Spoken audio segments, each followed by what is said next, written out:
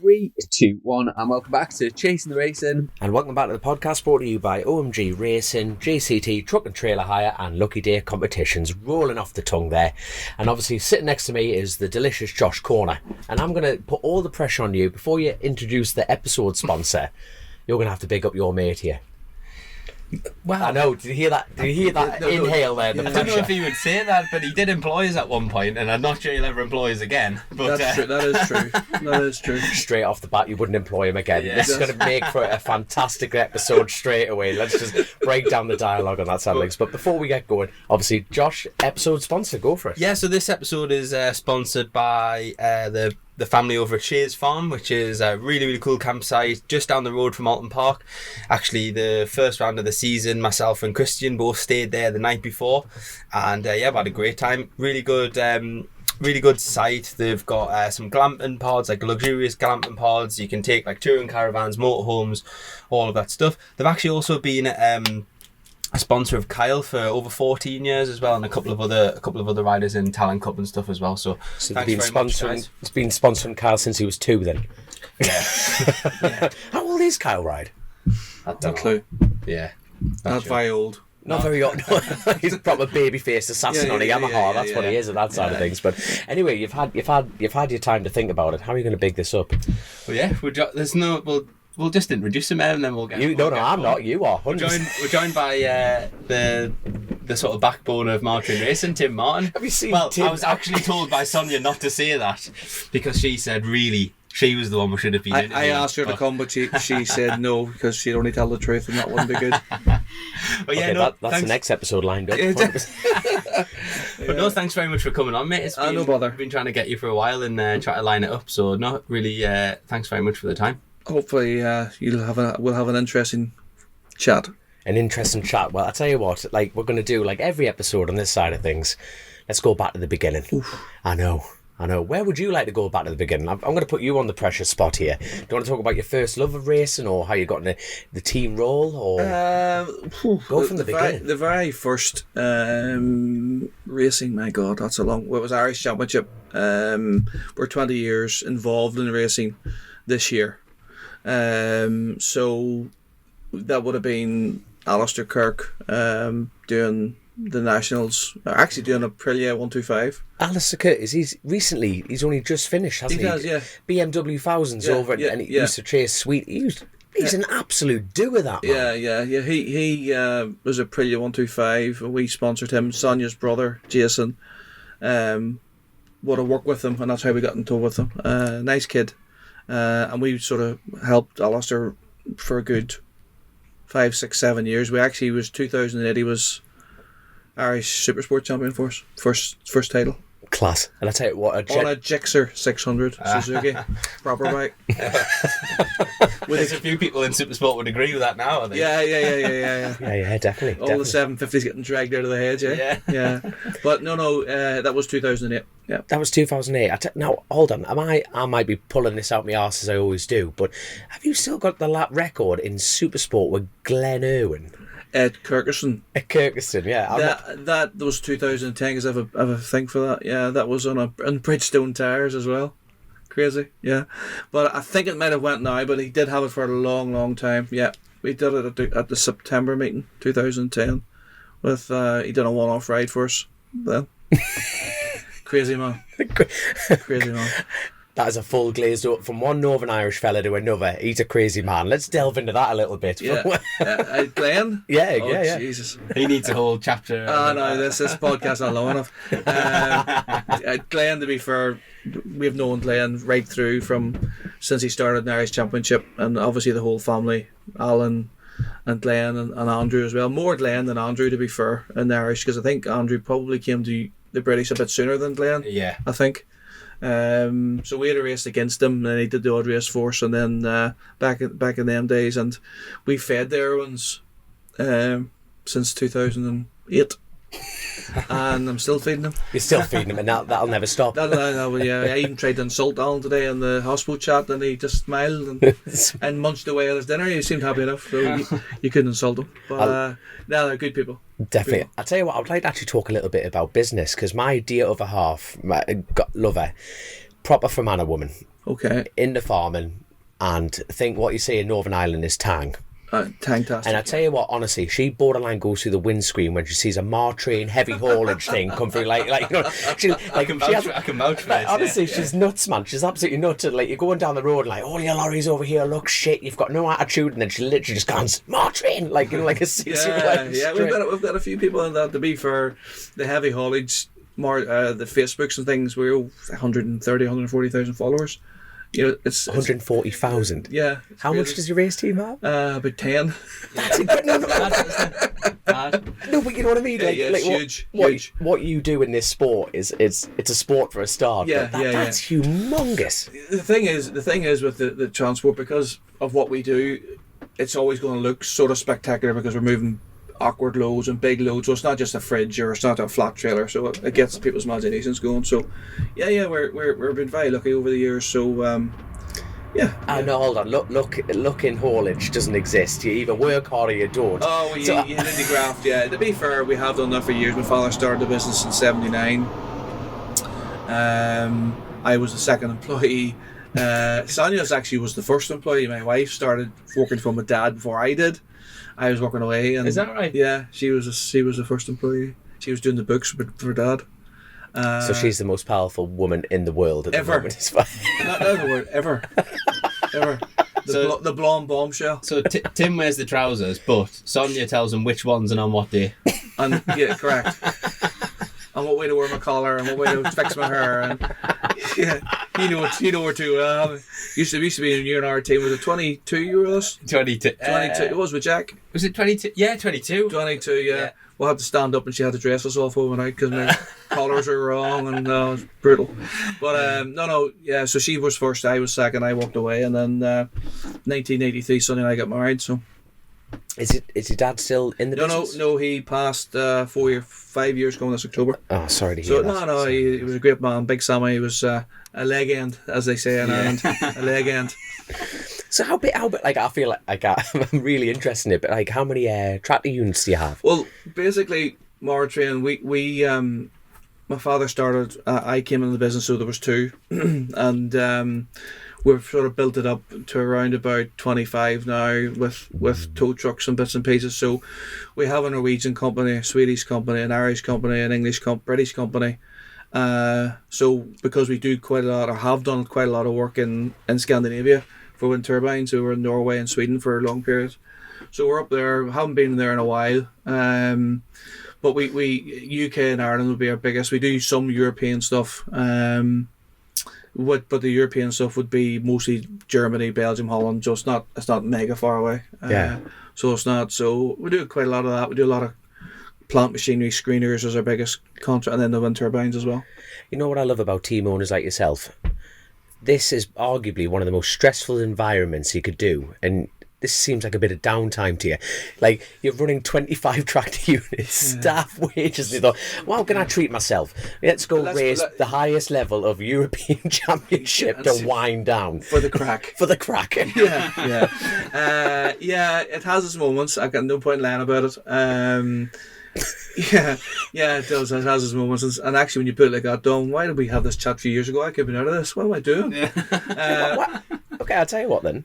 Why do you do it? If you're going to simply put it down to something, why do you do it? Listen, we genuinely did it at the start. We were a title sponsor way back in 2006 for a Supersport Cup team that came here with Denver Rob, as well as Helbel and Alistair. And we only got halfway through the season, and it all, as a lot of these things do, dissolved.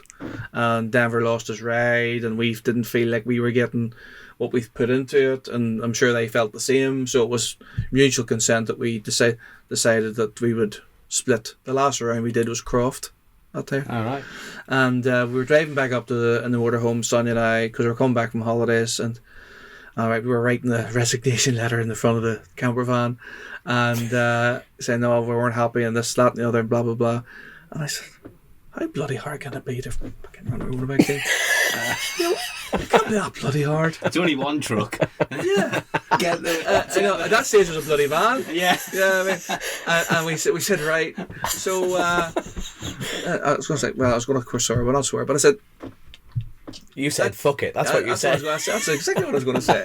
And I said, let's do this. So we ended up, we bought 2 Suzukis. We went to Birmingham NEC, met up with a guy from Crescent, and his name was it Mark? He used to work for Crescent. I think it was Mark. And we bought a Gixxer 600 and a Gixxer 1000. That would have been the K7, the first of the K7s with twin pipes. Oh. Yeah, class bike. My favourite bike, don't take this to heart, the Relentless TAS, you know, the big, the black and everything. Oh, like Cameron Donald. Oh, yeah, you just proper. Oh, yeah, but and we were on Denver on the big bike, and Alistair in the 600, and that was it. And we went, but we just had to run out of Denver. Had his own truck, and we ran out of Denver's truck was my bikes, and then the following year I got a truck built. AC Sport Homes built me a brand new Rigid. It was class. We had it for years, and we brought it here as well. We had it here. Had it for about 10 years. It was brilliant. Slept 6 with barbecues out the back. We had beers in the evening. The crack was 90. The Irish Championship was really good fun. Probably the best racing I've ever done. Yeah. You can see the smile when you're talking about it. You know what I mean? That's nice to hear. That's nice to hear that, isn't it? Because I do think people just want to be in British Championship, don't they? And they'll think, oh, I want to be here, I want to be there, but no, it's fine. No. Sorry. There's something to be said about just one racing at home. And it be at that stage it was Irish Championship. You know, when it split, it's Ulster. You don't have an All Ireland Championship, so it was it was Bishop's Court, Kirkerson, and Mondello, and you had the 2 circuits at Mondello as well. So there's a wee bit of mixture, and we had great times. Honestly, we had just the best time. And I remember one night, Kirk Jameson is a good friend of ours, actually one of our sponsors now, or he's a director in the company, and he rode for us in 2010. And we were at that stage. He was riding for us, and in the Mondello they have a bar, as funny enough as you do at the back of, and obviously people didn't really know me but know me, and because I'm always trying to be competitive, I'm always trying to be right. They see this, he doesn't smile that much, and he's pretty strict and everything else. So I ended up standing on top of a set of speakers singing You Shook Me All Night Long. AC/DC says I was giving it all, and the whole next day nobody could look at me. Just we started to laugh every time we walked past them. So we made an impression that night. We had a great time, and Kirk was a great guy as well. So yeah, we've helped a few at home in the Irish scene. 2010 would have been our last full season of the Irish. Yeah. What was the like trigger for you to? Because I remember the first memory of you being here would have been with Jack and Taylor. 2012. Yeah. Was that what was the trigger for you to start looking at coming over here? To be honest with you, we had done 2010. We had 8. We'd won the championship. We were second with Denver in the Superbike in the Irish Championship. 9 wasn't a great year for us. We with the same bikes and just wasn't going great. 2010. The end of 2009, I bought Lee Johnson's R6 Yamaha from Steve. Right, okay. Here, at Olton was the last round that year. Or I think it was Olton. And we took it back and we did the Sunflower. So we put Kirk on it for 2010. Unfortunately, our timing wasn't great because Glenn Irwin came on the scene in the most crappiest Honda. I mean, held together with duct tape and cable ties. And every time the only place we could beat him was Bishop's Court. Right. Mondello and Kirkerson, they just smoked us, and we just couldn't live with the bollocks. He was just too quick, you know. And he just ruined the season. Playing, you ruined the season again. But it was good, and we had a great time. And that was, and we sort of had run its course, I think. And although I think we spoke of this before, and different things people's asked me. I don't agree with you should be going to England straight away. Yeah. I don't get it. If you are absolutely annihilating everybody at home and you want to go to England, then that's what you should do. But there's guys come to this paddock and they can't win an Irish Championship round or Ulster Championship round. Yeah. So why are they wasting their people's money and time? And they're not. You couldn't enjoy it coming here to be 20th. No. You just can't. I mean, it's if you're plus it's expense because it's mums and dads, it's grannies and grannies putting money into it. It's a travel, the cost, the stress. I don't get it, to be honest. Yeah. And at home, yes, I know the level's not as high as it probably was a few years back, but it's still good racing. The British course a good circuit. I mean, I enjoy it there. It's good crack, like. Well, how close was it? Because these rumours started last year. Sorry, the beginning of the year, I don't know. Anyway, it wasn't too long ago that Stuart Higgs, MSV, were going to buy Bishop's Court. Yeah, well... Was that close? The latest I've heard, I'm banned, apparently. Well, I'm glad you brought this up, because that's what really brought you on the show for, just to get the truth out there. I'm banned, yeah, I've heard that. Are you actually buying it? No. God, you've got a hell of a poker face. You know, when you're fed up of running bike teams, just going hard like poker. The be for it's on the market, and it's a great facility down there. It really is. It just needs a bit of investment. That's the big issue. It needs a bar. As a BSB team owner, proud Northern Irishman, would the championship benefit coming over to Northern Ireland? Oh, 100%. I would love to see around. I would honestly, I would say it would get a bigger crowd than Cadwell. Yeah, that's how big. I mean, just being a flight on a Sunday night from here back to Ireland, Northern Ireland, every flight's full of the paddock and people watching and everything else. Honest to goodness, it's Northern Ireland's national sport is motorbike racing. 100%. That's 100%. That's it. So, bigger than football, bigger than everything. Okay, playing the game. This is the imaginary game. How could this happen? How could we make this happen? Four people. Grace is here, by the way, so she'll write everything down. God love her. We'll note this. But how could this get off the ground? Well, you would need a huge investment from somebody. I think the only way you would get it is you'd have to get the politicians involved to buy into it, and because I'm sure Mr. Higgs would be able to tell you the spin-offs and of all the different circuits to go to and what hotels are booked out and all of that. I mean, the kick to the economy would be huge. Yeah, huge. And it's always been an interesting question, because obviously when Bishop's Court came up, we thought, all right, bloody brilliant. Would you pick Kyrgyzstan or Bishop's Court for a British? Bishop's Court's better circuit. Yeah, it's bigger. It's bigger, isn't it? It's bigger as well. The problem with Bishop's Court is the road to it. It's pretty poor. It is a narrow road, isn't it? It's a narrow road to it, yeah. Not any worse as a boat. Well, it probably is worse than Cadwell, to be honest. Actually, it is. Yeah. It is. That pained you to say that, didn't it? It is. I know you love Cadwell. I really hate that place. But anyway, that's a different story. No, but Kyrgyzstan's a good circuit for testing. And I think it's one of the best circuits for testing because it's a short lap. You have heavy braking, you have fast left, you have all the things you want to test on motorbike. It's quite bumpy as well, as you know. I'm sure you've read it.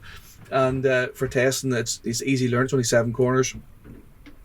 It's a 50-second lap, so you can get loads done. So I like Kyrgyzstan. I like the garages, but it's like everything else. It needs a bit of investment on it too. See, I'm just asking the questions of what the listeners will be probably thinking, but how much would it cost? This is me just being a dick here, as normal. But how much would it cost to build a brand new circuit? I wouldn't have it. You know what I mean? This is tens of millions. It'd be tens of millions, wouldn't it? Yeah. You know what I mean? But even if you think about the investment required into, let's say, Bishop's Court, for example, I mean, you'd need garages, you'd need facilities, you'd need the paddocks on the inside, the track, so you need to get across. There's a lot of things to consider. The good thing about it is it's such a huge site that you would be able to do that. You've got the room to do it. It's not as if you're landlocked or anything. Yeah.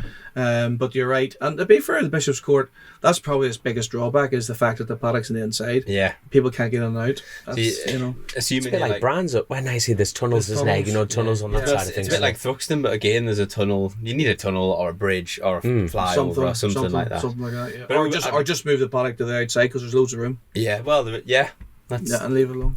I mean, there's something that's huge. I don't know the acreage, but it's huge. I'd love to see it. It would be fantastic. I love going to Sunflower. It's like proper good crack. There's also no garages at Cadwell. There's obviously the TPs on the pit lane, isn't there? There's actually no garages. So that side of things. Yeah, the garages I don't think would be the biggest issue in the world, to be honest with you, because you can't put infrastructure into it. I would say it's more the fact that it's just the logistics of bringing it across, but Mr. Higgs is the one who needs to ask for that. Hopefully. I'm going to drop your name straight into it. Oh, don't do that. I might like that. Let's just leave that. Would love to see it anyway, but can't see it happening in my lifetime before. Yeah, probably. Yeah, maybe not. But coming over to British Championship then, how did you even go about it? So you bought the R6 from Steve, how did you that was the first one we bought from Steve, yeah. So 2010 we did the Irish. 2011 my Katie, their youngest daughter, was born, so we didn't do very much because obviously Sonia was a bit late, a bit busy with that. So she couldn't just get all the racing, and I thought, Jesus, that's some excuse, isn't it? Like, it's a very valid excuse. But my God, come on, like, I mean, I was on page 5 of the excuse manual. I'm still stuck on 4. I'm still stuck on 4. But to be fair, that happened, and then we did bits and pieces, and then at the end of 2011, we were paid by a company, and I can't remember the name of the guys, to do Melissa Paris rode our bike in these guys' colours. They paid for us to come. I remember that. Yes, that was at the last round of the season at Brands, wasn't it? It was awful weather. 2011. Yeah, I do remember that. Her husband Josh, yeah. He is, yeah. Yeah, he's a doer, like. Yeah, still riding. AMA, is he? I think he's still riding a bit of AMA now. Supersport, I think. Is he? Yeah. Anyway, they did that, and while we were there, Jack came down to see us. We were obviously in the bottom paddock, as you would be then, and he came down to say, "You doing the Sunflower?" And I said, "Yeah, I think so." He says, "Can I ride the bike 600 because I don't have a bike for that?" So he ended up riding our 600, and he was riding Jimmy Murray's, remember JMF? Yeah. Their R1. Right. So he was going with their R1 anyway, and then he said, "Oh, sure, I could ride your 600 at the same time." So that's how we got in tow with Jack. So I asked Big Andy Jameson, who worked for Steve at the time, or was finished up with Steve, to come and give us a pull at it, and he came over and gave us a hand. For that event, yeah. So we did a deal with Andy to come over and run the team, and we spoke to Q-Ray, but nobody really took us serious, to be honest with you. The riders weren't interested. So we done a deal with Jack. I went down to Dublin, met him at Paddy and Vera in the house and everything. Had a crack with him, done the deal with him, signed him up, and then a couple of months later, Taylor got the second bike, and we run 2 bikes. Yeah. So we did. So that was our first foray into British Super Sport and Brands 2012, and we won the first race. I remember it was like you sort of burst onto the scene, didn't you? Because we were very much the Irish contingents. I mean, I remember Norma, God rest her, was there. Yeah. Gearlink, yeah. Yeah, lovely lady, and Michael, and there was Seaton Tuning was in it then. Kaz was in it. Yeah. We were in it. Strong. And Glenn Richard was there. Yeah, Glenn and Billy was there. On the Triumphs. Glenn Richard, there's it. Yeah, Jesus. And we were racing them guys, and we turned up. My God, it was like hillbillies. And of course, it's the Irish thing never really left us. And then, done the first race, won it, and then barbecue out, beers out. We were done the paddock, job's dream. That's mint. We thought that's what you do, but apparently you don't do that at British. Bring it back. And I remember us getting told off from it wasn't actually that round at Olton, that we were being too noisy outside the awning. God love it, because to be fair, the trucks were right beside it, and she was giving off. But she was nice about it. But she let us know she wasn't happy with the noise, and so we brought that sort of mentality to the British, and won a lot of races. Done our first double that year with Jack at Snetterton. He did a good race at Thruxton as well. Done really well, and then it dipped off during the season. We probably let the other guys back in it, and then obviously it all went pig tongue at the last round with engine failure, and we lost out. It was like a spectacle. I don't know, for those that can't remember, but sorry to rub salt in the wounds here, but thanks, George. It was like a bit of a spectacular. I'm still taking medication for that. He just doesn't care, does he? It's all about viewing figures with John. It was like a bit. I'm not sure that's ever happened again, has it? But they basically won and lost the championship in the same race. So 2 people basically. So you're making the balls of this, George. Yeah. I'll do it. You're making it. What happened again? Glenn crashed, didn't he? Glenn crashed. So Jack's out the back. So we just had to finish in the points, and we were on about 6th. So we were it was so hard not to go. Yeah, it was so hard not to go.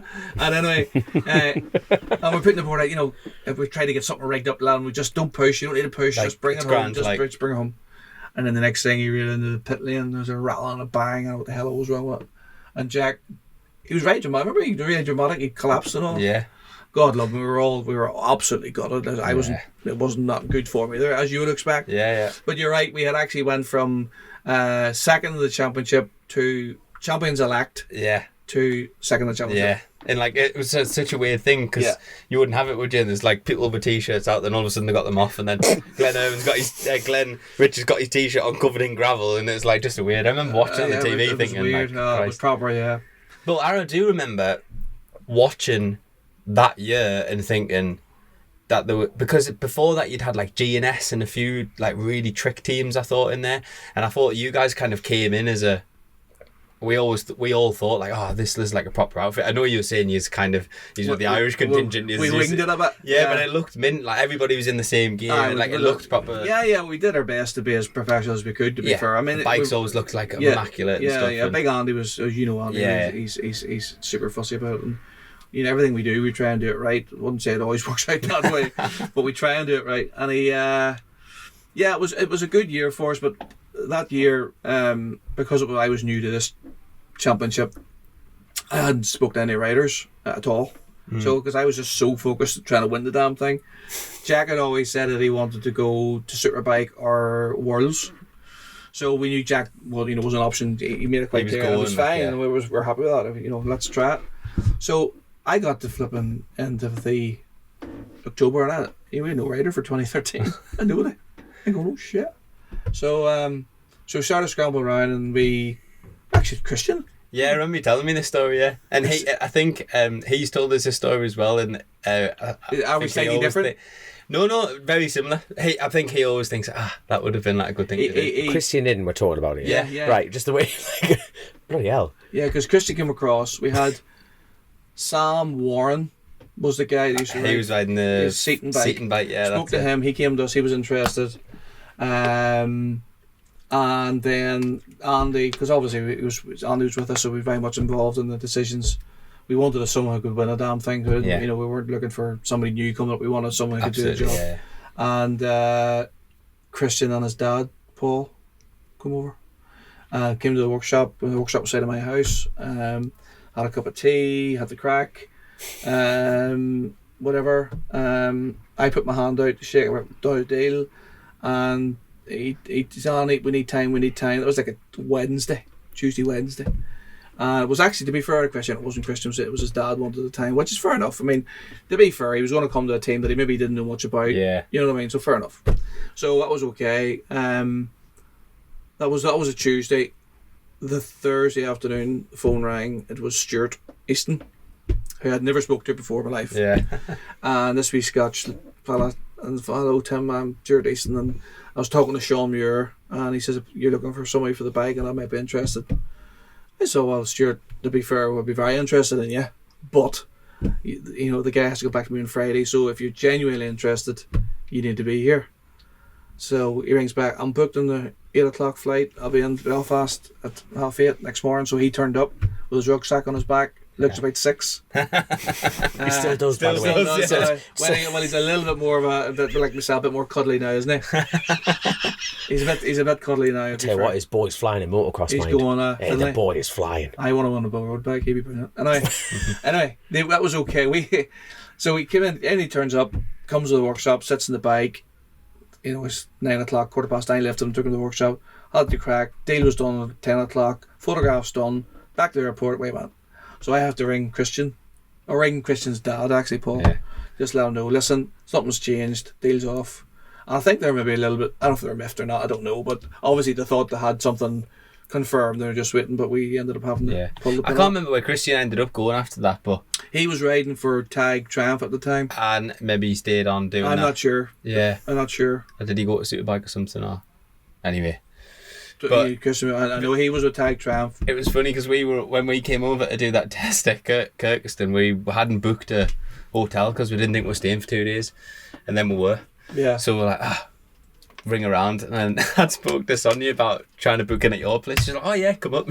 Christian went, does he know that I'm with you? Because he might not let us in the door. Oh jeez, I don't hold good. I was laughing, but it was funny. But to be fair now, that was that. So Stuart done the business for us. It would have been funny if you just knocked up and you just stood there. Right, lad.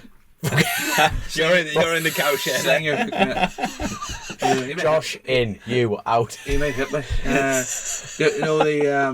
So 2013 with Stuart, we had Glenn the Wrecking Ball Irwin that year. On the Gearling bike. No, on my bike. Oh, of course. Also, he was on your bike before. No, in 2013 he rid the British Championship for me. Jesus, the man could have broke an anvil in a bog. I mean, swear to God. There's the episode title, if I've ever heard one in my life. Straight away, that's Did Glenn fantastic. do the whole season? No chance. Ah. Cadwell finished them. We're running out of bikes. We couldn't build any more bikes. And he I been. remember them two starting together. Oh my God! And it had glimpses of brilliance followed by glimpses of disaster. We just got him at the wrong. Glenn's a super rider, super talent. Yeah. We just got him at the wrong time. I remember at Cadwell, Kirk Jameson I brought in to try and help me tame the beast. It's okay. So he was like, mentoring him and doing all that. And he binned it. Where did he binned it? At Charlie's, was it? At Cadwell. Ooh. That's fast. So somewhere fast. It's That's really fast. fast. Really That's fast. fast. I mean, 3 people's bringing the bike back, carrying it. And I met him in the paddock, and Alan, his dad, Alan, and Glenn go, it's not too bad, is it? The shock was up through the subframe. The whole thing was just on its arse. The bike was destroyed. The Motec, it was a 2D dash, Fortune, gone. One of our sponsors seen it happening, and he was in the tire wall and found the dash. Oh, did he? Yeah, we got it back. And that was the end of it. So that was just Glenn, this is this, we can't do this anymore. Because I distinctly remember Easton being a one man team. Did he do 2 years with you? Who? Easton. No one. Ah, right. So they started. Right. Yeah, and then he departed, and we just ran with Stuart then. I remember now. Yeah. And I think part of it with that was the fact that Stuart was at a different point in his career, very settled, very calculated, very fast, very smooth. Glenn was trying to be that person, and now it's different. Obviously, Glenn's he's a class act, but we just got him the wrong time. So who was next after that then? 2014 we had Mr. Seeley Right. and Dean Harrison. Ah, yes, of course. Was that the beginning of the roads? No. 14 we did a split. We did a joint attack in 14 because we had Alistair doing the British in the Northwest, and we had Dean doing the roads, nationals at home, out Scarborough's, Southern 100, TT, all of that. Yep. And Dean Harrison's epic. Oh, wait, he held the R1 TT lap record for a long time. Long time. I was 15. He did that for us. 15. And that was do I dare say I'm not there? The Yamahas had a bit of a breathing problem with the oil. They were slightly asthmatic. That is a brilliant way of putting it. Slightly asthmatic, or maybe it was more like, what do you call that when you get the fluid in the lungs? Death. They had a wee bit of fluid in the lungs, yeah. But that was because he was so good that year because the bikes were flipping off, and he kept at it and kept at it and kept at it. It was just dream. It's super. Dean Harrison's a quality act. Because the first time Dean went to the roads, it was Ian Bell's R6, and then he had his own. Yeah, because he had Ian Bell's R6 the year before he came to us. That's right. Yeah, and he was riding for Roy and Ben RC. On the Kawasaki. But his first year was actually on an R1, I believe, Was it? No, even in the Nationals and everything like that. So he's been, from Conrad, he's been Yamaha, through and through, a little bit on that side of things. But like you say, the RC, then he came to you lot, and the blue and... Yeah, he did. We had a great year with Dean. 2014, he won. Just everything he went to, he won it. Apart from the TT, of course, we got 2 4s. But... Still a good... That's your we should first ever. But it was nice to be... on the roster now, yeah. But that's sticking your craw a little bit. We got one with Gary Johnson in the end. Of course, we got to put in. Never won one, but we got to. And film 15, we got a one with Gary. But the Southern 100 Scarborough, Dean's an absolute he's just phenomenal in that place, isn't he? He's just class. He hasn't been for a long time, but even if you put him on a bike now, I'd smoke him. Yeah. But but Scarborough as an event. What a brilliant event. Yeah. Time Leslie Moore had the Irish Quarter, we were on that. Remember the bar down below? It's still there. It's just not used. You know what I mean? And then they used to have the awning up the top with rock bands and cover bands and stuff like that. And we had a brilliant time. 2014, so basically Cliffy, who Cliffy and Connor did the roads with Dean. They won everything. We had Alistair. I always went with the British, so we had Alistair here. And Alistair obviously did a lot of winning too, and then he went off the boil like he seems to do after Northwest, and then he got back on it again. So a lot of wins with Alistair too. But like how okay, as a team owner, because there's not actually a lot of team owners that do both. Was that nothing's easy, but running two separate teams essentially. Listen, to be fair, we were. It was two separate teams. To be fair, the only time they were together was the Northwest, and Dean was just breaking through to that sort of top step. Let's say the top group. You know, Yes. he was just always coming, just getting the stripes at that. But at the Southern, we won both 600 races at the Southern. We won the Gold Cup, Cock of the North, and the Spring Cup. We won. What else do we win with Dean? We put him to Cookstown. We put him to Tandragee. I didn't win there before. You didn't win Tamagee? We did with Dan, but not with Dean. That's right. Yeah, because obviously the Dan Neen and then obviously William. But we'll talk about that. You know what I mean? Looking forward to that. Yeah. So we did that. So it was good crack, and the Dean thing was good, and then we had Alistair for the British. And then we get back on it again on the Saturday at Brands again. Glen Irwin, he got his first win in a super sport bike. It was him and Alistair was fighting for the win. Yeah. Or sorry, him and Alistair was fighting for the win. And if we had won that, we had won the bloody championship. Ah, really? He bollocks. he just keeps crapping up, doesn't he? But that was good. We had a great 14. Then 15 went to the roads. 15 we ran there. You stopped after the year with Alistair and British and just focused on the roads. We were the official team for YMUK for 15 and 16. So we got the support to do that, and we put every effort in to try and get. Well, the New Year one was there. We went to the launch of the New Year one, and everything. And then where was there always a love for road racing? Was there always not really? No, it wasn't like a history of it or anything. No, well, it's obviously Northern Ireland, isn't it? I mean, I live like on the Temple Road racing course. Yeah, that's interesting. How you at? No, you just outright. No, not really. That's not really. No, I wouldn't have been a massive road fan, to be fair. No. But that's amazing. Like considering your success, and you're like, eh. But back then, you know, when we got the official thing, and we knew in 14 that we didn't have the budget we couldn't have moved the Superbike. We'd have been just nowhere in Superbike. So we made the decision not to try and go up. So we went to the roads, and we had 2 good years. 15 was difficult, as we talked about with the R1. It was difficult. R6 was obviously still is the best bike out there, and that class. But the R1 was really tough. It was developing stages. It was horrendous. It was tough. And we done everything we could. Before the YMUK, they done everything they could do. I mean, their hands were tied as well. We didn't throw the towel, and we kept going with the damn thing. Dean was brilliant because he could have said, "I'm not riding it," and he kept going. I think we got a 10th or 9th or 10th in the stock race. And the engine just basically imploded as I came up the back road. I mean, they had issues. Lots of. Because how long was that bike around for? That was brand new. No. I mean, 15. no. I mean, like as far as that model of bike, how long did? I'm trying to remember 15, the year. That 15 was the start of it. That was 15. The very start of the new R1. And it's still technically the same thing. It's the same chassis. Same chassis, but like the engine was upgraded in 2020. 22. That's a long time. So it's that's a long decade time. old now, isn't it? Really? Yeah. Oh, it is. Yeah, it's probably the oldest bike. I think it's even older than a ZX10, isn't it? Really? Yeah, I suppose technically. It technically is, because ZX10's got more upgrades than the Yamaha, isn't it? Yeah. It's similar there because they're the old generation. Well, the new generation ZX10, which is the closest thing to what it is now, came out in 16. So yeah, it will be. Yeah. Jesus wept. That's actually I've never thought about that. That's a good point. They're an old bike. How did you go about picking riders for the roads? So how did you? Because I know he's had Dan and was Dan after Dan? Dan was after. Well, basically we had a 2-year deal with Dean for 15. We said we'll do a 2-year deal, and that mirrored the Yamaha deal. Yeah. So that was it.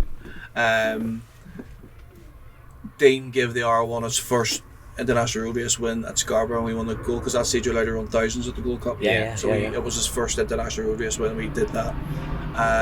But he rid the wheels of it, and he couldn't get the lap time that he was doing the year before in his ZX10. and he just seen, you know, and then he got the offer from Silicone to that time, which is now Dale, and to be fair, I couldn't even argue with him, because his point, he needed a bike that he could win on, and the R1 wasn't good enough to win. Yeah. And to be fair, when he rang me and I said, "Dale, I'm disappointed, but I get what you're doing. You know, it's, you know, I can't give you something else when I'm the factory team, and I have to. The R6 is the best bike, but the R1 isn't." He won a big bike, and that's why he went to them. And listen, he done a brilliant job for them. You remember the ZX10s? Yeah, he did. He was brilliant with them. And with them for a long time. He was a long time. Yeah, good team. Still are a good team. Yeah. He's a loyal lad, Dean. Yeah, and I think he'll probably stay where he's at too, with Honda, I would imagine. I don't know if he has resigned. We did a track walk with him last night, and he's class. You would have thought it was his like first day of racing, just the enthusiasm. Not what he was saying was like obviously incredible, but he was just flat out enthusiastic, like wanted it. He had a really good race today, I think. Didn't he? Yeah, fifth I think he was today, wasn't he? Fifth or Jesus wept. Yeah. I tell what Dean's done this year has been phenomenal, especially on the roads, because when you think he's just focused on Supersport, and he's not done a lot of big bike riding. We've talked about it a few times on the show. The two stock wins at the TT, it's phenomenal, and to beat all Beamers was fantastic. But let's face it, everyone would have put the last quid on thinking, "Oh, the BMs have got this." Like what Dean did there was absolutely fantastic. Good. It was really good for the sport as well, because nobody wants to see, you know, domination. Nobody, you know, even you want to see a mix around a bit. And Dean read the wheels of it. It's brilliant. 100%, yeah. Brilliant. And so we did that. So Dean left us. We led to that, and then we signed Dan. He was with John Burrows the year before. He was riding Cookstown, of course he was, because I remember when he won the Cookstown race. Remember, he was from the second wave. Yeah, that's and obviously the time trial. Obviously, where Josh has done, you know, like the second wave. I think the second wave's the way to be. No. But the thing is, everyone's watching the front lads, Michael and like Michael Dunlop and William, absolutely tearing arse, and just Dan just banging some serious. There was a lot of lips out that day, I think, wasn't there? Just especially, you can imagine rolling in, going, "Just get out the way for P1." Oh, don't worry, son, that's not for you. Oh man, but it ruins the race. But even the North West. Remember Seeley did it 1 year too. Shit, he did, didn't he? He did for the time he was riding the Yamaha, or was that Kawasaki? Van Fleet. The very first Van Fleet or something. Yes. And he was the front row of the second wave. He destroyed the race. You know, because he won it. And he won it fair and square, but you know, it's not a spectacle for. No. Not when it's a flag. Not when it's a mass start race like time that. trial. But then it's one or the other, isn't it? If it's time trial, that's fine. But this isn't a time trial. No, it's a bang and bars race. So Dan rid for us in 16, and did the Cookstown, put in the Cookstown, won the Tandragee. We went to Tandragee. It's actually a YouTube video. It's brilliant. So we snipped some bits and pieces, and we won the first big bike race, and then Ryan protested us for a jump start. Shut up, man. Yeah. Hold on. Because it was a really big thing, and you know that it's a national BBC's there, like it's a proper thing, and. Dan came out, well done, Dan. And next thing, Ryan come and visor up. You jumped the start, and all that. Everyone jumps a start in an Irish national race. But it was funny because I thought that's what they're supposed to do. The clerk of the course come down, and he said, "We're going to have to put you back to so many seconds." I said, "Well, can I see the?" He said, "Well, have it in video, Tim. Have it in video." I said, "Okay, I'll come down and see it then." Oh yeah, come on, head down. So I went down to the porter cabin at the side of the track, and I go ahead. So all you can see is there was 2 rows. Dan was in the middle of the second row, and no question, Dan moved first. It's 100%, yeah. He says jump to start. I said, but where's the lights? So you're actually penalising for being a good starter then. You can't tell me when the lights changed, because they had the camera on the people, but they can't see the lights was here and the camera's going that way. I definitely jumped it. I said, but how can you prove that? How can you prove that? But so we went to the race, the grand final, and again, we did down the grand final. It was done one lap, and it was red flagged, and we came in, and us being from BSB, as we all do in this paddock, with a spur rim, spur wheel. Yeah. He comes, bang a new tyre into that, and of course all the proper road racing. Car park racers, no like slagging. Sweeney was there. He shits there. Yeah, Sweeney would let you away with that one. Big time, and all that crap. I'm sick of this.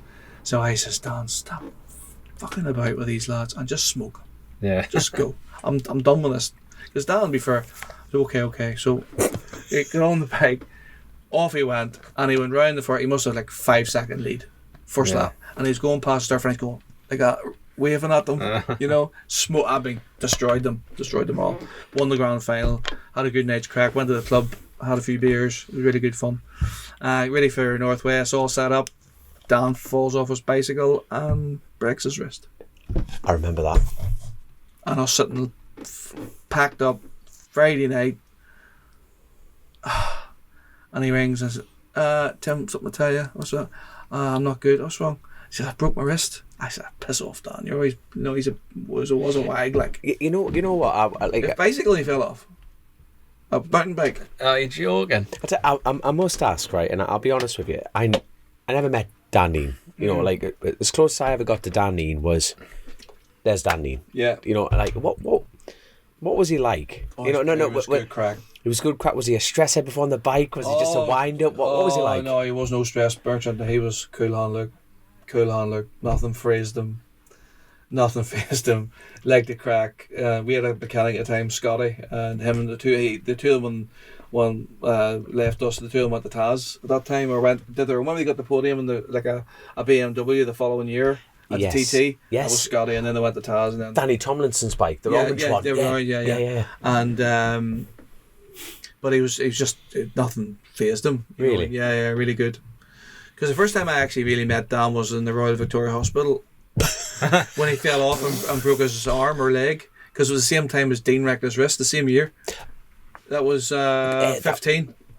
Yeah, because they took the way of the hedge and after that. The field. Yeah. And the ironic thing about that, though, Is it Northwest? No, Ulster. Right. And they were these like what happens. I remember the heli footage of that. That was a big one. That was huge. Now, ironically, Guy Martin was in there too. I think everybody was in there. The top 20% of the world's fastest road racers were in that hedge for a brief second. Yeah. And Dean's wrist is still mangled from that, isn't it? It's Jesus wept eye. And he did that, and then we went down to see Dean in the hospital, and then we walked into one room, and there was Dan, Dean, Sweeney was there too. Sweeney was there. Of course, Sweeney was there. Dean was there. Was Lee Johnson at that too? Oh, you would have been racing that event. You might have been involved. I'll tell you what, that was the same day as Bruce Anstey fell off at the top of Deer's Leap. And Bruce Anstey doesn't fall off motorbikes. He does not. Yeah, I remember this. And then they canned it. He high-sided. So basically, he's come round right-handed, but the thing is, he's high-sided, and this is typical Bruce Anstey. Didn't he go down the track? Well, no, he went down, and he kind of he folded over like origami and landed on the downhill slope and got up and walked away. That is a total Bruce Anstey moment. That's 150 mile an hour right hand bend, like easy, and it's blind. Have you ever done that? You never. That was a track. Okay, look, I know you're not going to buy us a racetrack. Can you bring back the Ulster Grand Prix? He's going to speak to Philip McCallum. He's trying to get it back, isn't he? I know, I'm speaking to you, son. You've got power. Philip's your man for that. Ulster Grand Prix was a great event. That was a track. That was. Then that was 16, 17. Then William got the bikes, and Alistair Russell. He had no ride. That's what it was, and we didn't really go. We just gave him the bikes, and Alistair and William run them. And 17, and it was a Temple Golf Club we put on, if you remember. Yes. Yeah. Red No. It was the blue. The first year was blue. Ah, right. Okay. So it was just the blue Martrain bikes. Only we just put Temple Golf Club on and took the Martrain off them, and they would have done. William was the first man to break the 200 mile an hour at the speed trap in that R1 in 17. Oh God! I remember having the sign up. Yeah, it was on the front back page of the Telegraph or something. Like one of my favourite photos of all time, because like William by far was the most stylish rider in the, like it 250 rider through. It didn't matter. 250 it was, wasn't it? It was just it didn't matter if you put him on a big bike or an RC. It does not matter what you put him on. But one of my favourite photos ever, he had a black lid, black 4SR levers, and I think it was white Daytona boots on one of your bikes, blacked out. It was just nothing. And I think it was at Kyrgyzstan.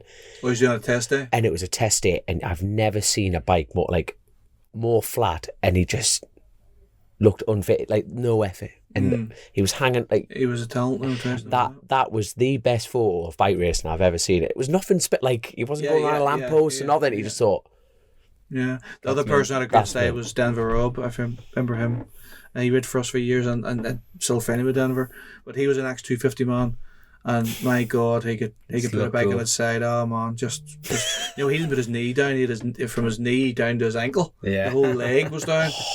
Yes, class. And he really stylish. Cool. Yeah, I look cool. Yeah, he did.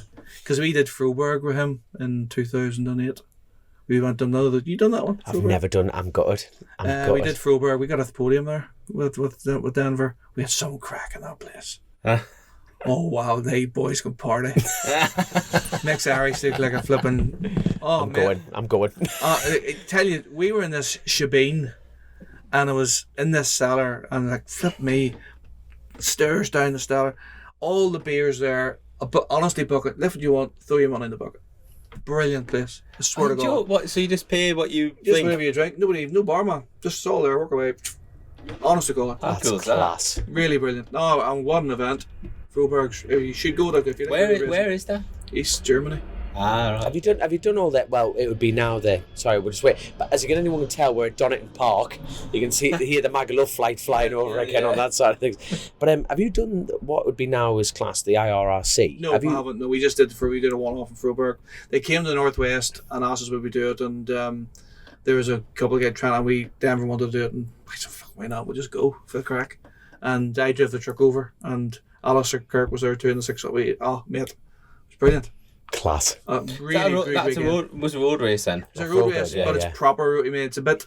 Is that the one with the railway track in the middle of it? No, that's a Martrain. No, there's no railway track. But there's very little hedges, very little street furniture or anything, and there's massive big ditches. You know what I mean? It's on the road surface. Like it's better than out here. Like it's perfect. There's one house you have to go around. One house, but the rest of it's mega. Yeah. Mega place. I'll have a Google of that. But Froberg, yeah. I must ask, and it's the same question as about Danny. Yet again, I didn't know William at all. What was he like? I must ask. William was a gentleman. That's first and foremost. And very quiet, very unassuming, but there was a development about him. You know, times he'd like to crack. You know, really on his own company with his right people around him. You know, he wouldn't have been. But I mean, I wouldn't profess I was best friends with him because Alistair would have been his best mate, and that's how I got him. That's how you got to know William. But yeah, the time that I've been with him, a few times with him, he was always very, very polite, just a nice guy. You know, nearly, I wouldn't say embarrassed, but you know what I mean, very shy. Very shy. Yeah. But a talent, no question about that. I mean, when he read for Taz, and that year him and Guy Martin, he was struggling like. Oh God, pedal bike. I loved that. He used to turn up to when we were doing 125s and stuff. He'd turn up to a British Championship round, not on the Friday because he'd have been at home racing, doing something at home, and then turn up just for qualifying on the Saturday, roll it out, put it on the front row.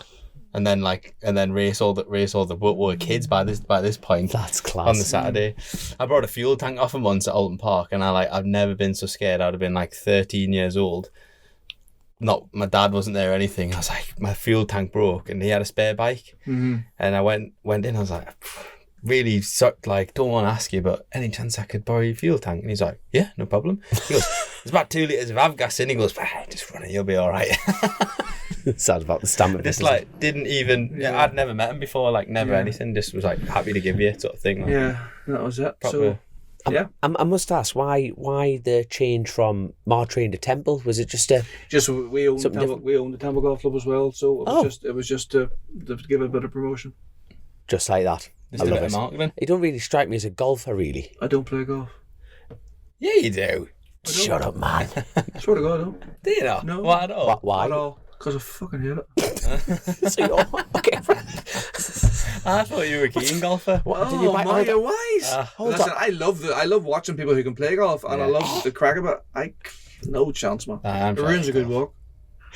And you own a golf club. Yeah. He didn't say he didn't like the people who play golf. No, the people who play golf do. We have great crack. It's brilliant.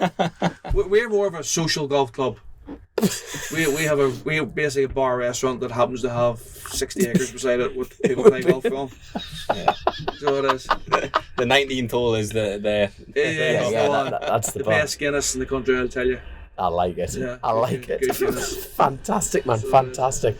Yeah, so that's why I was done with that. And there's Mike. I told him not to come to 8:05, but he's in early. Absolutely brilliant, man. Absolutely brilliant. So there you go. So that was that, and then obviously we come back here, and obviously what happened to William in 18. And that was the last time, obviously, you were at Poison Roads. Is that correct? I wouldn't do roads. Yes. Finish roads. More than understandable. Yeah. So yeah, I don't really go into that, to be fair, and I won't be going into that. But it was a sad time, and it's ruined the road for me. I wouldn't do it again. To be fair. No. And we all know the risks, and everybody knows the risks, but it's just not for me. Yeah. So fair enough. So you came back to British. We ended up helping Corey McGreevy, you remember? Yes. Does that guy with the hair? He's a guy with the long hair, yeah. But we helped Corey when he was like 14 or 15, the Aprilia 125. We would have helped him too. And then he had his own bike, but he hadn't got a truck, and we had a wee 7.5 tonner. We gave him the end of the truck. And then the following year, we bought him an engine for the last race at Brands to see could he go a bit better, and he went a bit better. So we decided, well, give us kid he's a local lad for us. Yeah. So he's balling the hench beside us. Yeah. So he run that year. Must have been 21. Would have been because Jack was 22. Yeah. So 21. Yeah, I remember that because Jack was on the 21. He was on the worst bike in the paddock. I can vouch. What was it? A Kawasaki? Kawasaki, yeah. It was slow as a week in jail, wasn't it? Yeah. Just brutal. No, just in all fairness, Slow as a week. Yeah, how he won a championship on it. I have no idea. It just shows you the quality of the man. Spin mechanics, Yeah. Did you work on it? Oh yeah, Mechanic at it? yeah, No, you didn't. 100%. Who let you mechanic in anything? You ask him. Okay, anyway. I've seen his lock wiring on me. He's good, is he? Origami and all that, is it? No, Tim wouldn't even let me have a knife to butter the sandwiches out. He used a spoon. He used a spoon. He cut himself. But we that was, and then we come back. So that year we had Corey. Didn't work out with Corey for one reason or another. It just didn't really work.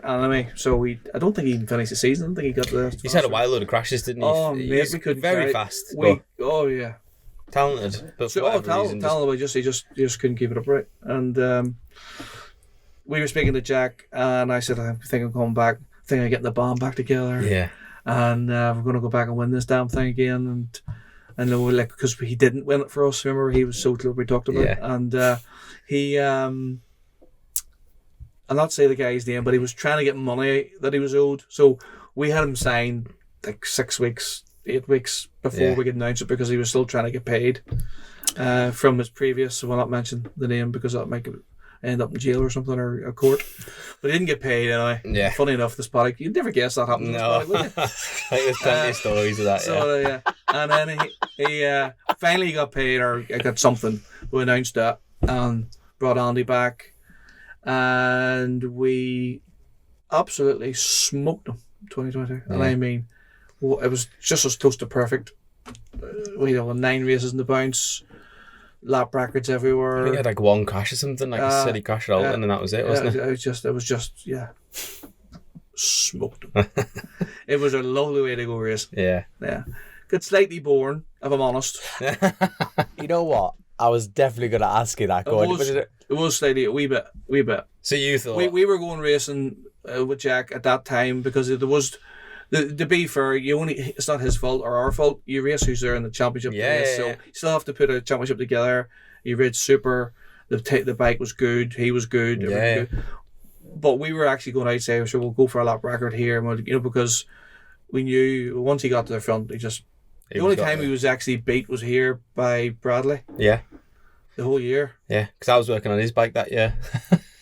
For Bradley. You were working on that bike, were you? Yeah. You thought you know what Jack was? No, next year, 23 for Superbike. I'm glad I made an impression to him. You went to whose bike in 23? I worked with using the Superbike in 23, not the Supersport. That's right. You're right. That's what happened. This is where I was only making sandwiches this year. Weren't you the tyre tech? Just the tyres. I wouldn't call it tech. Just but you just you're a a businessman. lackey. Tyre lackey. Emma is a tire tech. I'm not quite sure that Josh is a tire tech. Josh, I think I would say more of a labourer, tire labourer. Josh, you have 100% left an impression. I know. I got the year mixed up. To be fair, I spent more time in your garage that year than I did in the one I was employed to be in. Did I not buy you a t-shirt one around the wee English fella?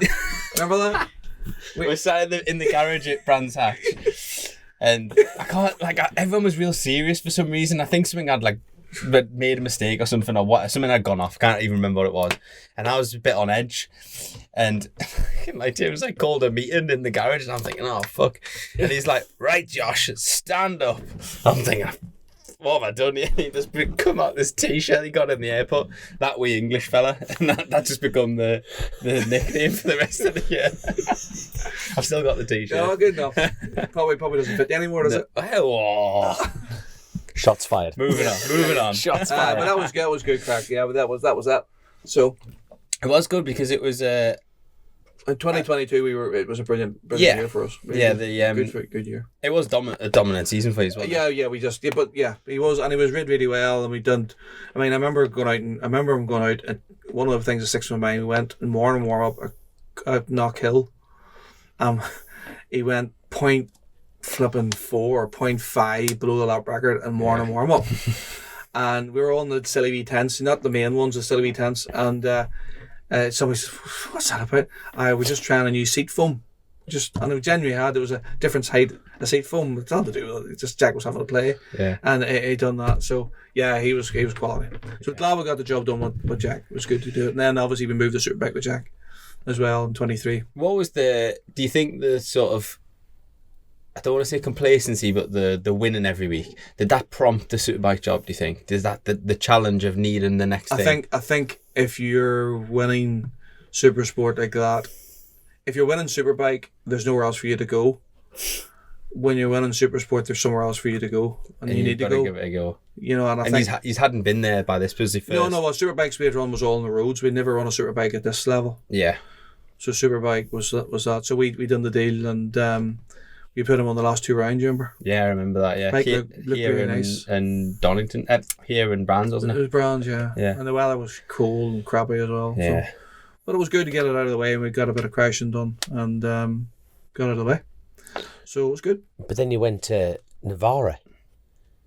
Then you went then your next season, I guess, whole hog into Superbike with Jack again. That would have been 23. And then we went, remember he bailed the bike on the test, remember that? Absolutely destroyed it. I remember.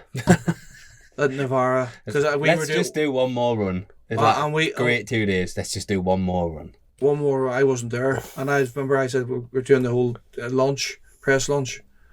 And Andy rang, and I thought he was going to cry. So you can't use this bike, Tim. I said, just bring it. Just put your body work on it. Yeah. Come back on a pallet. On a pallet. Snap the front of it out. Snap the front of it off. Brand new. Fucking wrong. But he was going well, and I suppose it happens, doesn't it? But shit happens. Yeah. That was 23, and then we had first round. We were front row start. We had a P4 at Silverstone. We had a P4 at Thruxton. Cadwell was horrendous, like it was last year. Last 2 years. Alton Park was tough on him because it's tough on Jack because he's his arm pump and bits and pieces. But there's no question. There's people say, "Oh, Jack can ride a Superbike." I'm not sure he can do 20 laps though. Yeah. He can ride a Superbike though. He's bloody fast. 20 laps is a different thing. And I think as well, it's not. You look at how many people in Superbike currently got on a Superbike and in their first year, it doesn't matter what they did before, won races and went to the front. It doesn't happen. It's not that simple. And also, there's so many factors, isn't there? There's so many things. Mm. So yeah, even to finish 15th on a Superbike is fucking not easy. It's half a second covering the top 10. No, it's tough. It's just 23 was and be fair to Jackie, we wanted to stay, but I decided that I wanted to change, and we also obviously we brought Spanner in the end of 23 full time, and Derek stayed with us, and Emma was there with the tires, and because our tire deck was shit, man. Yeah, I mean, I wouldn't have employed him either. The labour, oh my god. But no, all joking aside, we did, and we had a pretty big shake up in the backroom staff as well. Yeah. And then obviously with that coincided that we got the McCallum's gig as well. Yeah. So it's a big evolution for your team, wasn't it? Oh well, we never had a title sponsor before ever. So it was massive for us, and really enjoyed it. It's been good.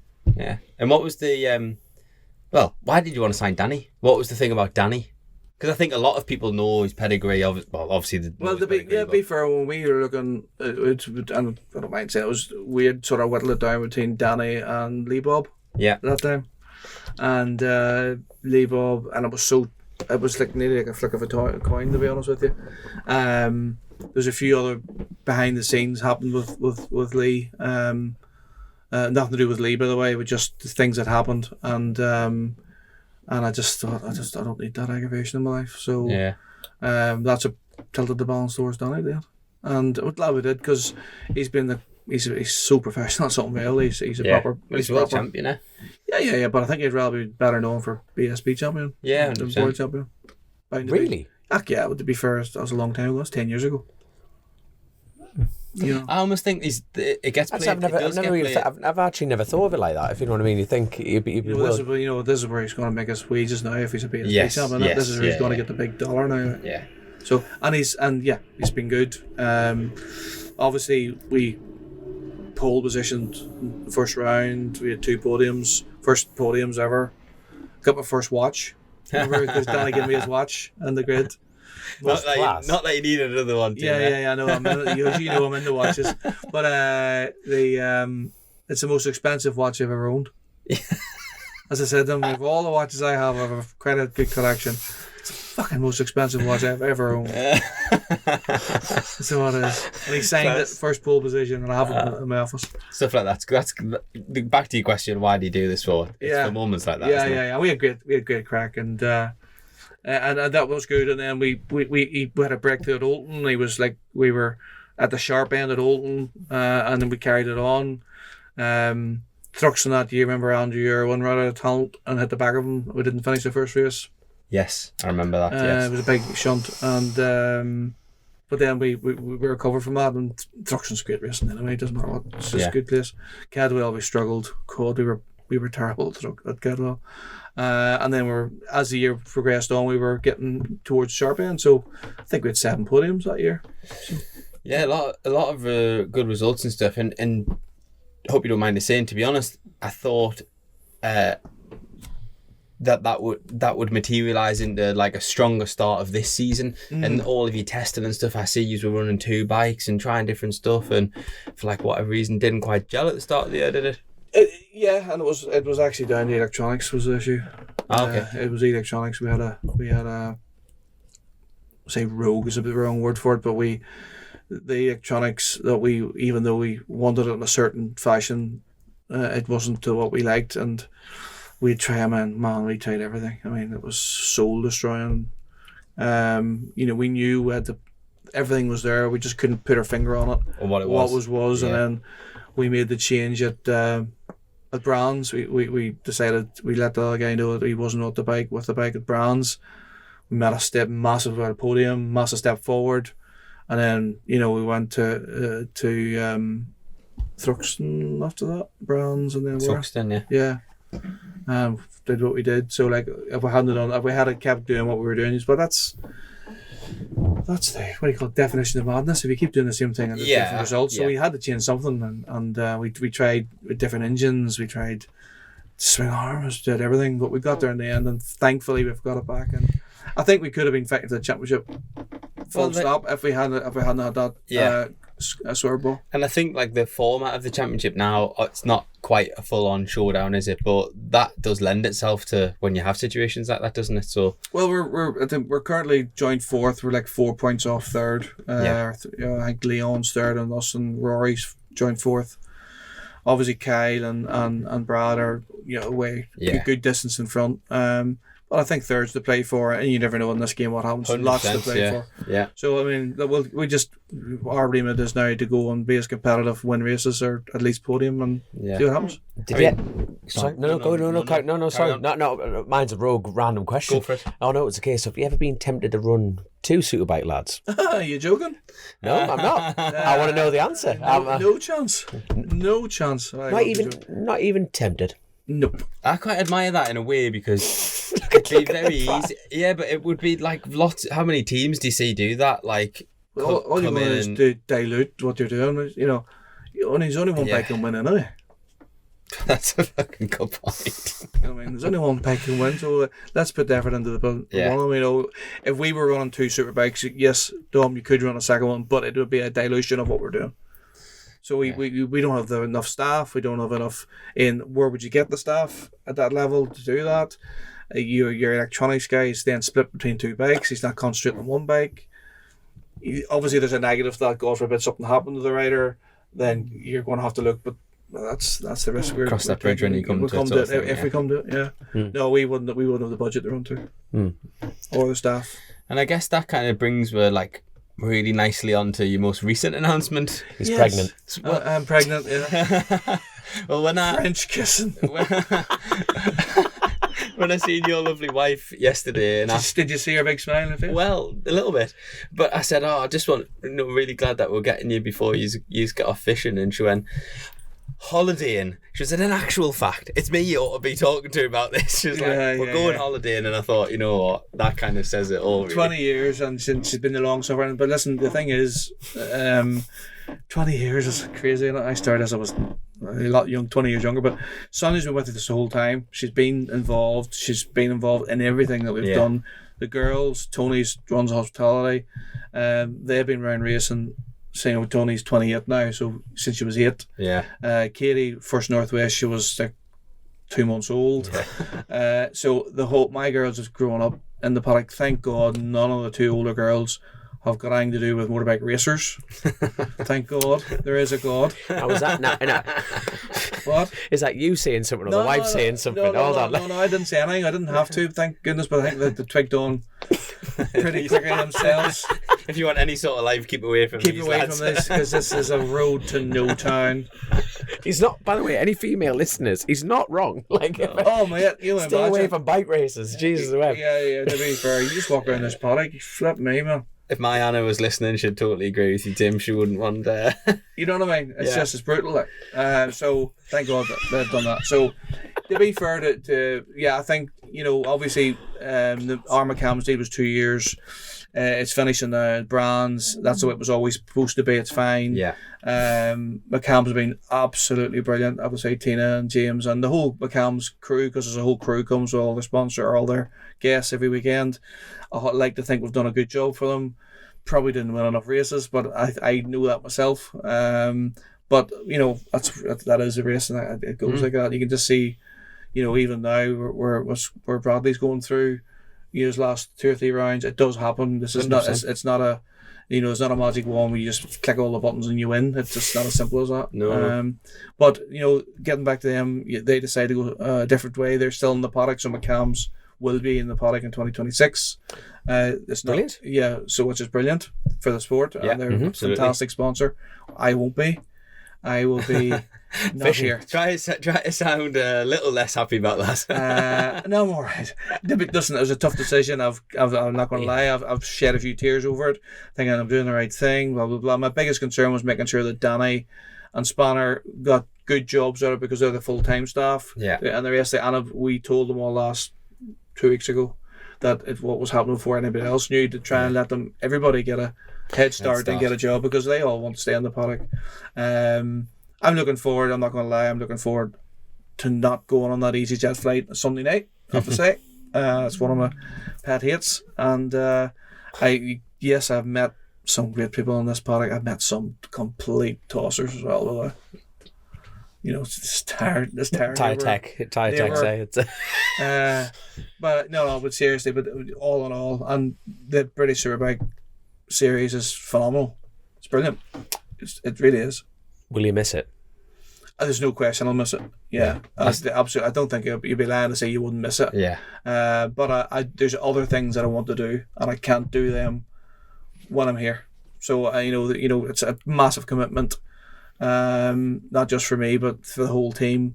And I want to do. There's a few other things I'd like to have a go at. Yeah. Can we say? Is this final? Is this the Is this? Are you a man that goes that is it? Or do Steve and you come back a no, year's time? Hey, it doesn't have to be a year. No, I just No, I don't know. I mean, I'm not planning to. I wouldn't be the plan. Yeah. I would like to be sorting out my life a little bit better and maybe looking about maybe slowing down a little bit. So my plan would not be to do this. So and I'll probably be back next bloody year saying, "Oh, don't remember that? Can you delete that?" No, not at all. It's that's the thing, and I think a lot of people don't realize how the door's always open in this sport. Oh, if you know what I mean. And if I you think want to get back in, you can get back in. That's it. And I think There's other ways to be involved as well. Of course there is. You don't have to run a Superbike team or whatever. Like I'm sure you'll stay connected with Danny and Danny, guys and to be fair, Danny's got many offers on the table, which I know about, and good, and most of the team. I mean, the bit I don't understand is why somebody just doesn't go and take my whole team. I just can't get around it. Yeah. Why would you not just take that team and put them in your team, and then you have a race running tein? I don't get it. But take the whole setup, take everything. the whole thing. But I think the bikes are sold. They're all gone. I think they're all gone. Well, I say sold, not paid for yet, but agreement is done. Yes, they're not due yet. There's no issue there, but we've agreed. So hopefully that'll happen, and nothing derails that. And you say Danny has got plenty of offers on the table, and Spanner. I mean, Spanner get a job in any Superbike team. Let's be fair. So I know Derek and Scott and Emma. They're all. I think Cliffy might retire along with me. God. The old Cliff. I was hoping to offer him a job yet. I'm joking. No, Cliffy. Couldn't afford the Guinness bill. Vodka. Oh, vodka, that's it. Vodka. Is what he said. Yeah. But that's the plan. So, we're looking forward to the break. But we've got a lot of races to go yet. We've got, 12, 14 races left yet. We've got really? Well, there's 4 rounds, isn't it? And there's 4 races tomorrow. So I mean, so there's 12, 16 races left, haven't we? Mad. So you could change your 15. mind. Yeah, so I'd won a lot. There's still a hell of a lot to play for. I reckon he'll change his mind. The bikes are sold-ish. You know what I mean? He could easily retract that one. I think it might accelerate the decision. There is that, tomorrow, bollocks to this. It's all gone. We're all gone, yeah. No, listen, and we're let's see how it goes. Our idea is to try and be as competitive, be a thorn in everybody's side, try and win races, and have a bit of crack doing it. Fantastic. But obviously we've got some Patreon questions on that side of things. Yes, we have, yes. You didn't get paid. Who's asking questions? Oh, great. Me? Yeah, of course. Damn right. But before, when Josh is flicking through them, I must ask, what's on the bucket list then? You're saying you want to do other things. Come on, let's... I'm going to have a go at truck racing. Shut up, man. Do you know what it is? That actually... So he hasn't quite left racing yet here. Hold on. Good idea. I like that. No, we're not. I mean, just want to drive, want to have a go at it. Yeah. You know what I mean? I'm not saying to run a team. I meant... Just to have a go at it. Yeah. You know what I mean? Makes a lot of sense. Talking to John tonight, Mr. McGuinness is going to... Introduce you to a few. Yeah. John's my mentor. Truck racing. Yeah. What else? I'm thinking of actually becoming like a porn star. You got the bat, like? Yeah, well, it takes all sizes, doesn't it? Probably ought to cut that out, will you? We're not cutting that out. We are. Do you know what I am telling you now. You two have got a bit of chemistry going on here. That was quick. Mate, 100% that is not getting cut out. I'm telling you straight away that is not getting. What a man. Yeah. So, hardcore porn. What else is on this? Truck racing. Truck racing, hardcore. But I might do it. Maybe you could combine the two. Well, I think that's already been done. But so if we see a Martrain in the OnlyFans page rocking, we know why that is. Oh my god, fantastic! Any Patreon questions? Yeah, well, actually, oh my man. Well, a couple that are all similar, to be fair. But one of the main one from Mark Betts is, what has been the highlight and low light of your racing career? William was the low light. Yeah. Absolutely, no question. But that's it still wouldn't be over it yet. If I'm honest. The highlight would be, we've had many highlights, and I mean that. That's good. Because obviously you winning British Championships and winning road races and things. Probably, I would probably say Alistair Seeley's win at the my first Northwest 200 win. Oh, really? Yeah. Oh, that's really nice to hear, actually. Yeah, I suppose because it is at home. And it's home, and it's the biggest race for us at home in our East team. Brilliant. You know, and to win it, and for doing it for many years and not get a podium and then just go and win the damn thing was pretty special. Class. Yeah. That is class. This is actually really interesting one from Jess Mortimer. What's the weirdest superstition or habit any team member has had? Who ride for you? That's brilliant. That's a very good question, isn't it? It is a very good question. That's deep, isn't it? For a rider, I know they all put their different boots on first and their gloves on, this and that and the other. I know Danny still does that. I don't know which one's first, but he does all that. To be honest, I don't know. Now hold on. What's interesting that you diverted very quickly the rider. Is anyone in the team that's got a particular one that stands out? Oh, I tell you a really good funny one. Now we're talking. 20, remember Jack went to chat with 2012, right? Yeah. And Jack, obviously, we're from Northern Ireland, so there's always a Protestant Catholic shitty thing. Called the Troubles, yeah. Yeah, they call the Troubles. Remember that? Yeah. Oh, we all love each other now. It's grand. And Jack always brought a wee bottle of holy water with him.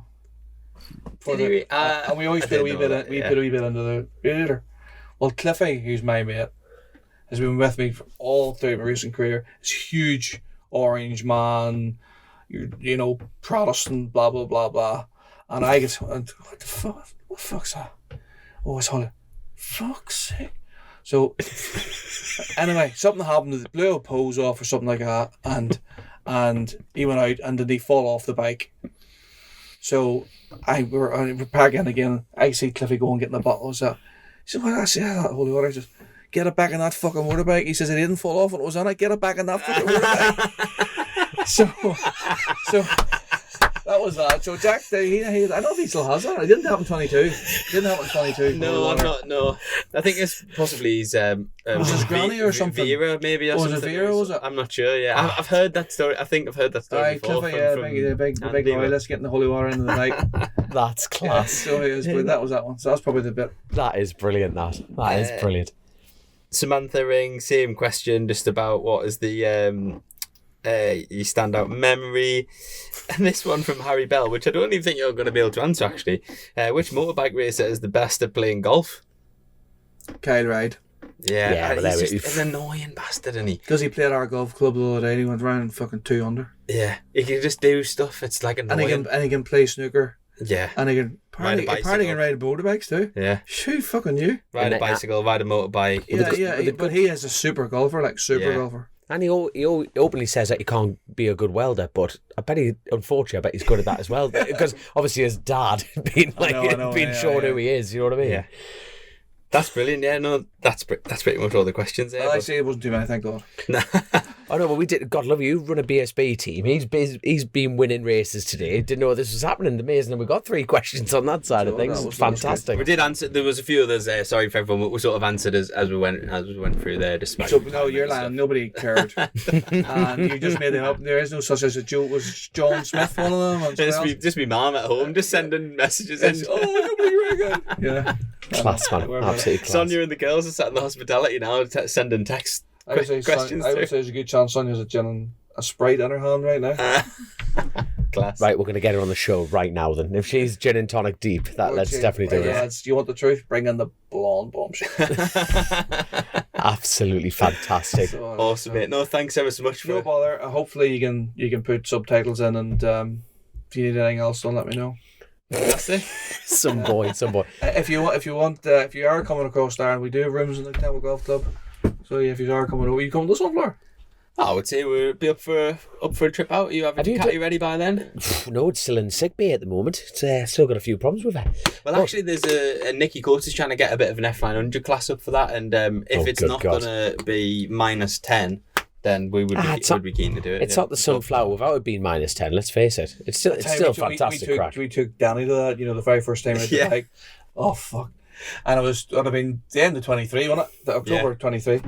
And he'd never been to Bishop's Court, never read a Yamaha, didn't know anybody. Tim and Laura turned up, God love his wee mouse. And he went round and red round. And he says, "This track's green." I said, "Wait a minute." He says, "There's like moss." And I said, "That's scrappy moss, but it's all right."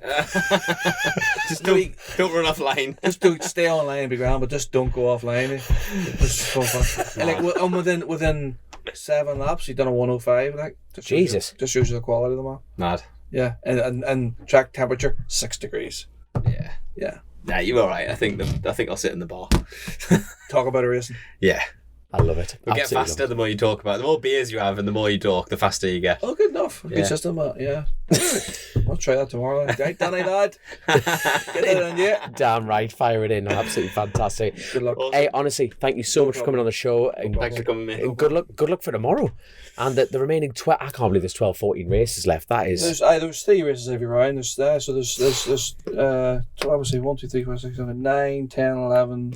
There's 12 races left, isn't there? Yeah. 12 left now. We went with 1 today. It's 12, That's 12 right. left. You got 3 tomorrow, haven't you? 3 tomorrow. Oh, there's 3 in every round now. 3 in every round coming Got up. you. So Yes. there's 12 races left, so still a lot of booking to do. They're And earning the their prices go up, or the prize points go up. Yes. So it's even more today. Exciting stuff. Exciting times. Best of luck for tomorrow. Cheers. Brilliant. And obviously, thank you so much to OMG Racing, Lucky Day Competitions, JCT, Truck and Trailer Hire, and Josh rounded off with the episode sponsor, please. Shears Farm campsite. Sorry, I had a moment. Yeah. Jesus, I tell you what, that's slick, isn't it? It rolls off the tongue, that. Jesus, Joyce, you in PR, are you? I just had a moment there. Sorry. The family over at Chasin Farm, which is a really, really cool campsite just down the road from Alton Park. Actually, the first round of the season, myself and Christian both stayed there the night before, and yeah, we had a great time. Really good site. They've got some glamping pods, like luxurious glamping pods. You can take like touring caravans, motorhomes, all of that stuff. They've actually also been a sponsor of Kyle for over 14 years as well, and a couple of other riders in Talent Cup and stuff as well. So Now, perfect. But obviously, all joking aside, thank you so much, and we'll catch you all later on. See you in a bit. Make sure you get that edited. Not a chance.